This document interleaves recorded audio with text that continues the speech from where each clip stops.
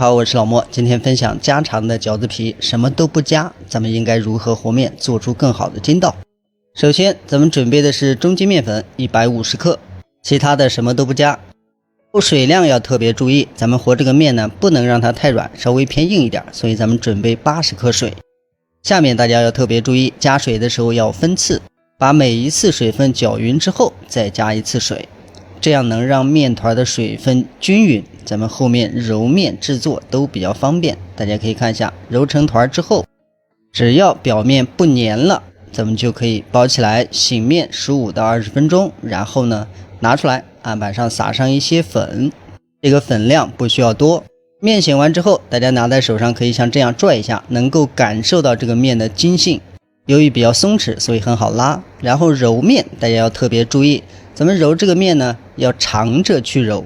這樣可以鍛鍊面筋的延伸性。簡單的說就是把這個面不停的拉伸，這樣它有一定的彈性，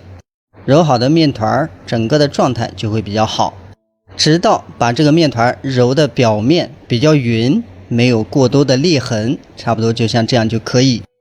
下面就可以直接搓。另外，面揉沒揉好，咱們搓的時候大家也能夠明顯的看出，搓完之後它不會縮回去，不會動就行了，這個面筋的狀態就是比較 OK 的。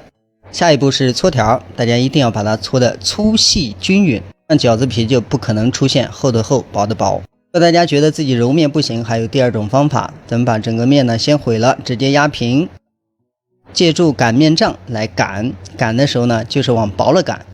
規不規則不要緊，只要咱們把它擀開，厚度一致，然後呢折疊過來，像這樣再疊一次，像這麼平着先擀一下，然後把面皮豎過來，再像這樣長着擀，和咱們揉面是一樣的，一直往這個長的方向去擀。擀開之後呢，大家可以看一下，咱們拉的時候這個彈性呢非常好，擀成這樣就可以了。下一步只需要把這個面疊起來，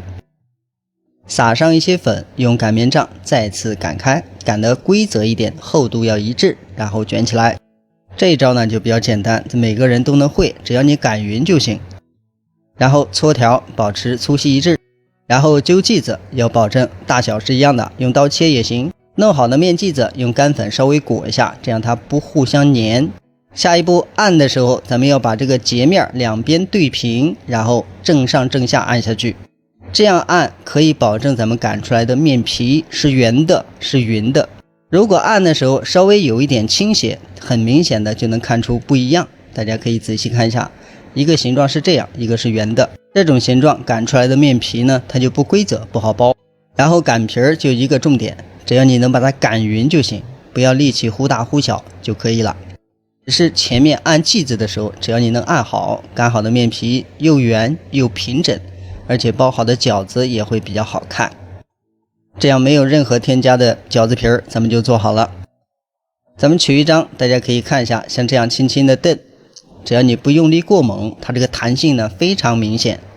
一點大家需要注意，包餃子的時候呢，咱們不要使用蠻力。比如說像這種餃子，咱們中間捏一下，然後夾在虎口，把這個皮兒夾匀，不要夾邊邊一點點，